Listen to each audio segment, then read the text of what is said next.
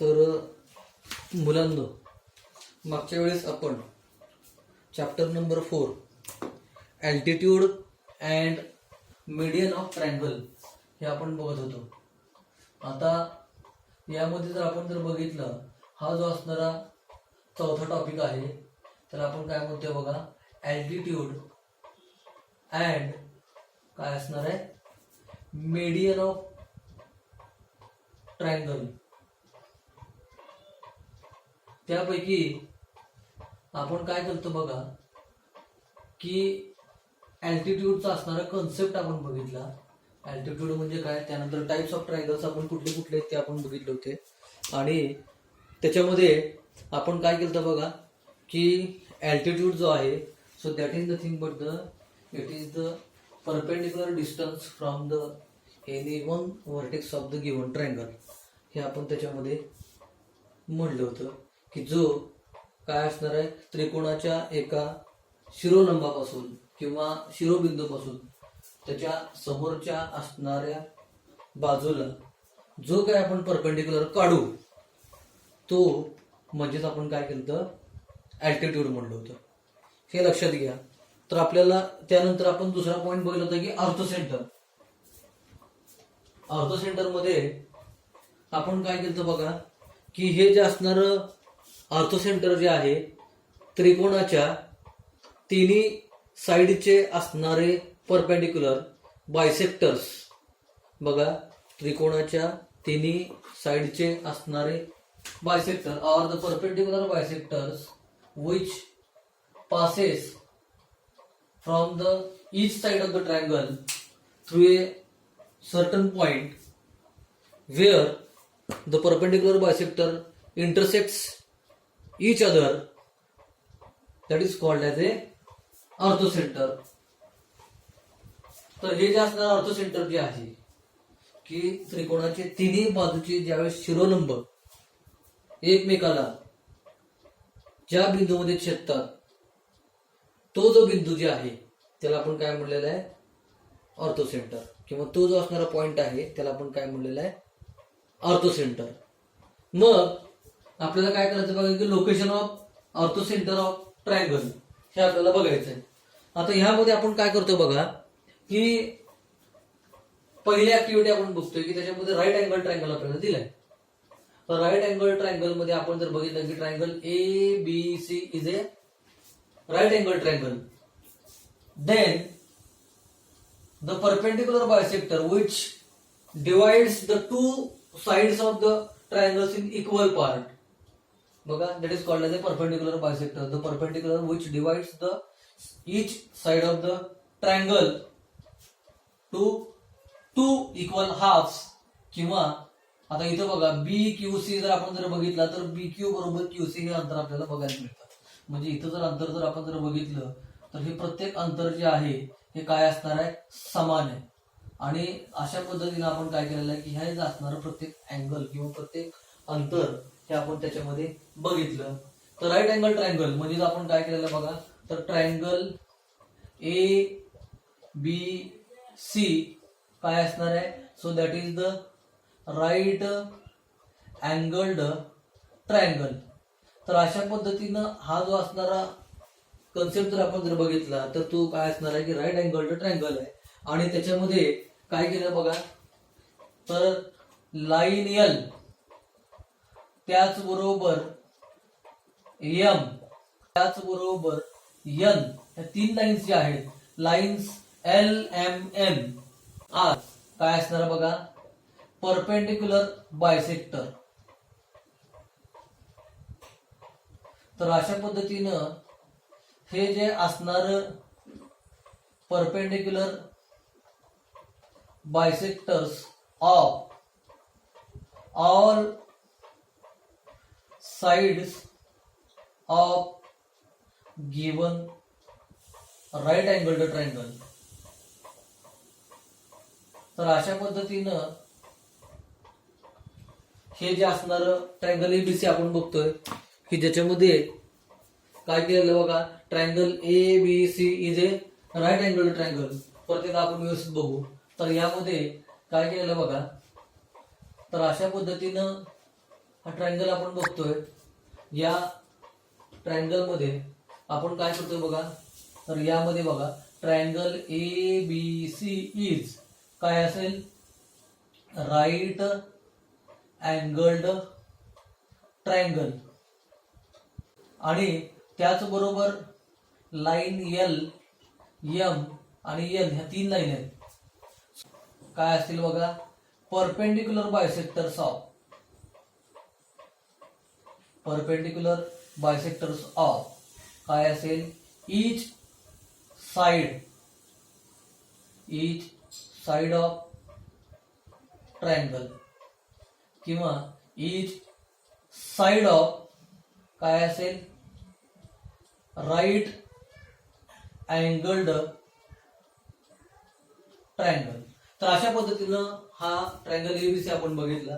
त्यानंतर पुढचा जर पॉइंट जर आपण जर बघितला की यामध्ये बघा काय करतो बघा, तर अशा पद्धतीनं हे तिन्ही परपेंडिक्युलर O या पॉइंटला आपल्याला काय होतील, एकत्र येतील.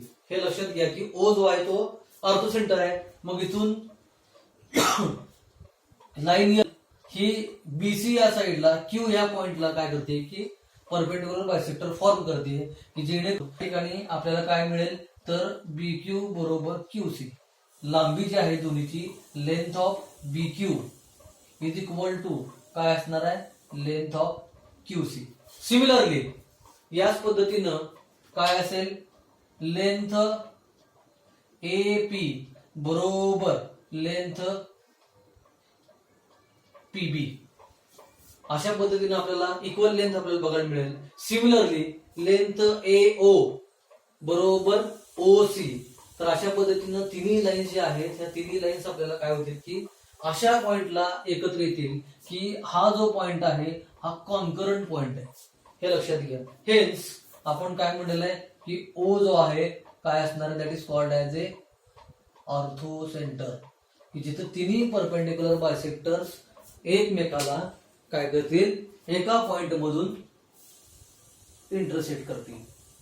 हे लक्षात घ्या. तर अशा पद्धतीनं हा पॉइंट आपण त्याच्यामध्ये बघितला.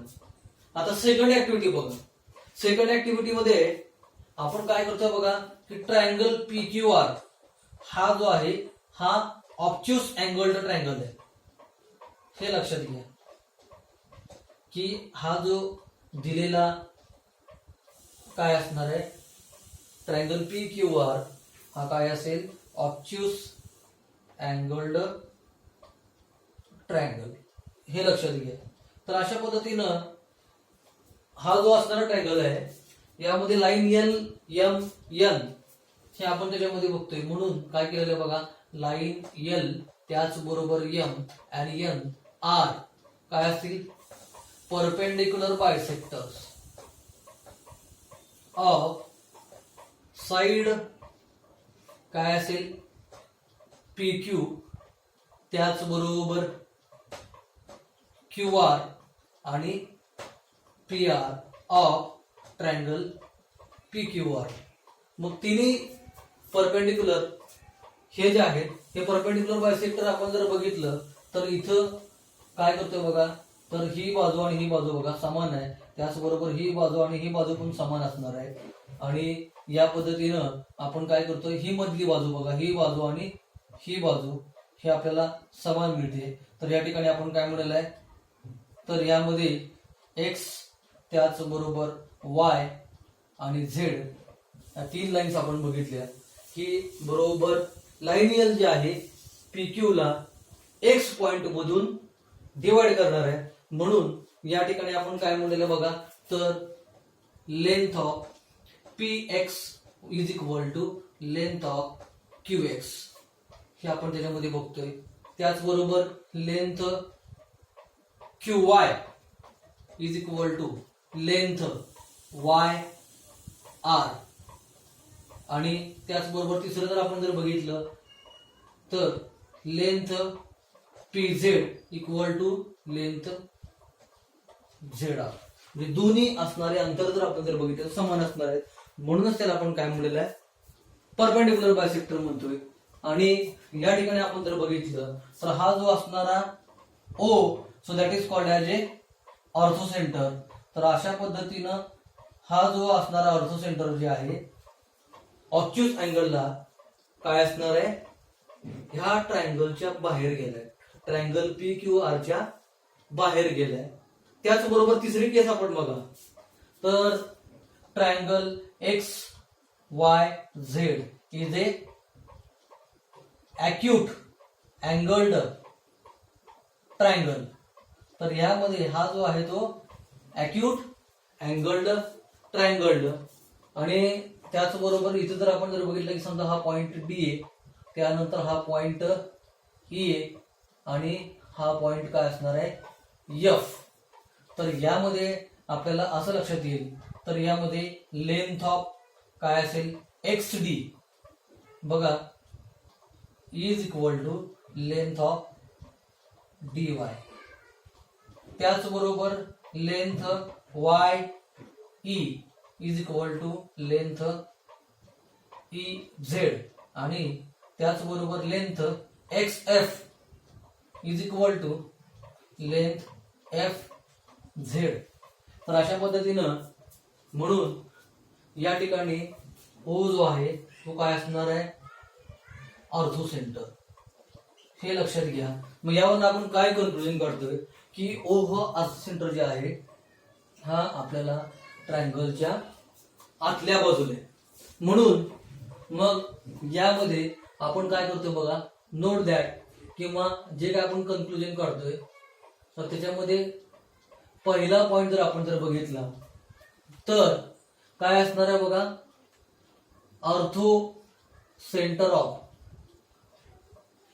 Right angled triangle.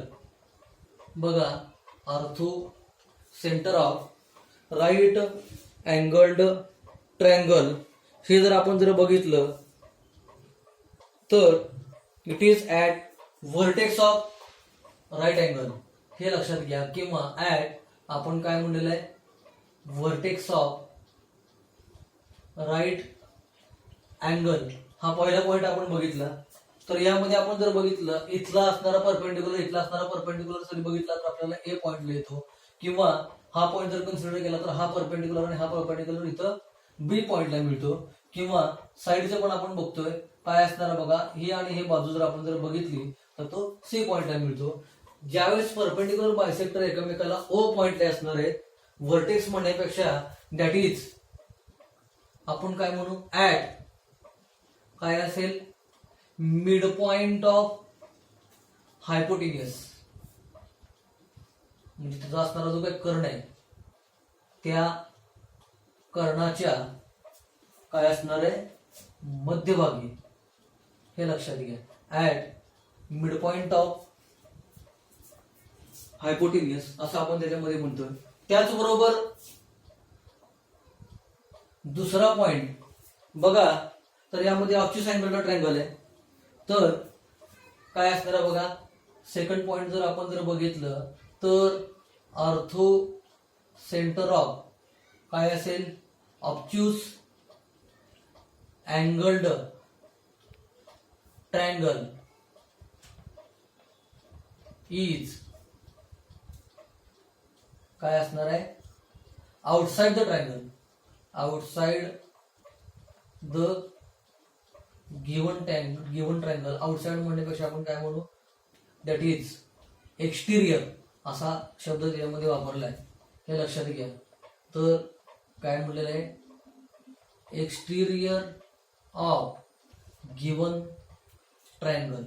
तर अशा पद्धतीनं हे असणारं ऑर्थो सेंटर हे आपण त्याच्यामध्ये बघतोय. त्यानंतर तिसरा पॉइंट जर आपण जर बघितला तर orthocentre of acute angled triangle. बघा तर यामध्ये काय असणार आहे orthocentre of acute angled triangle, acute angled triangle is inside किंवा त्याला दुसरा शब्द वापरलाय इंटेरियर, हे लक्षात घ्या इंटेरियर ऑफ गिवन ट्रायंगल. तर हे 3 महत्वाचे असणारे कन्क्लुजन हे आपण त्याच्यामध्ये काढतोय.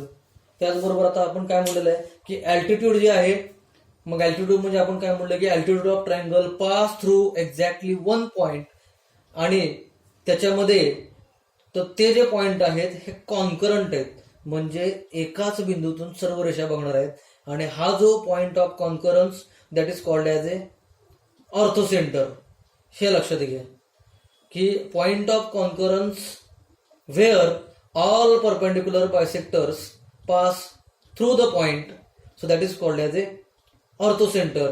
मग ह्यामध्ये हे जे असणारं ऑर्थोसेंटर जे आहे, हे ऑर्थोसेंटर आपण काय करतोय बघा, तर orthocentre of right angle triangle at the vertex of right angle, किंवा आपण त्याला काय म्हणतोय की at mid point of hypotenuse, हा शब्द त्याच्यामध्ये वापरला आहे. कर्णाच्या बरोबर मध्यभागी आहे, हे लक्षात घ्या. त्याचबरोबर दुसरा पॉइंट जर आपण बघितला की orthocentre of obtuse angled triangle is outside the given triangle, किंवा आपण त्याला काय म्हणलेलं आहे एक्सटिरियर ऑफ गिव्हन ट्रायंगल. म्हणजेच ऑब्च्युस अँगल ट्रायंगलचं ऑर्थोसेंटर हे ऑब्च्युस अँगल ट्रायंगलच्या बाहेर येणार आहे. त्याचबरोबर तिसरी कंडिशन जर आपण बघितली तर orthocentre of acute angled triangle is inside given triangle. बघा, इक्विलॅटरल ट्रायंगल हा अक्यूट अँगल्ड ट्रायंगल आहे. इक्विलॅटरल ट्रायंगलचं सुद्धा ऑर्थोसेंटर आपल्याला बरोबर त्या ट्रायंगलच्या मध्यभागी असणार आहे, interior side of the given triangle असं आपण त्याच्यामध्ये म्हणतोय. तर अशा पद्धतीनं हे जे असणारं ऑर्थोसेंटर हे आपण त्याच्यामध्ये बघतोय. आता नेक्स्ट पॉइंट आहे ते आपण पुढचा चालू बघू.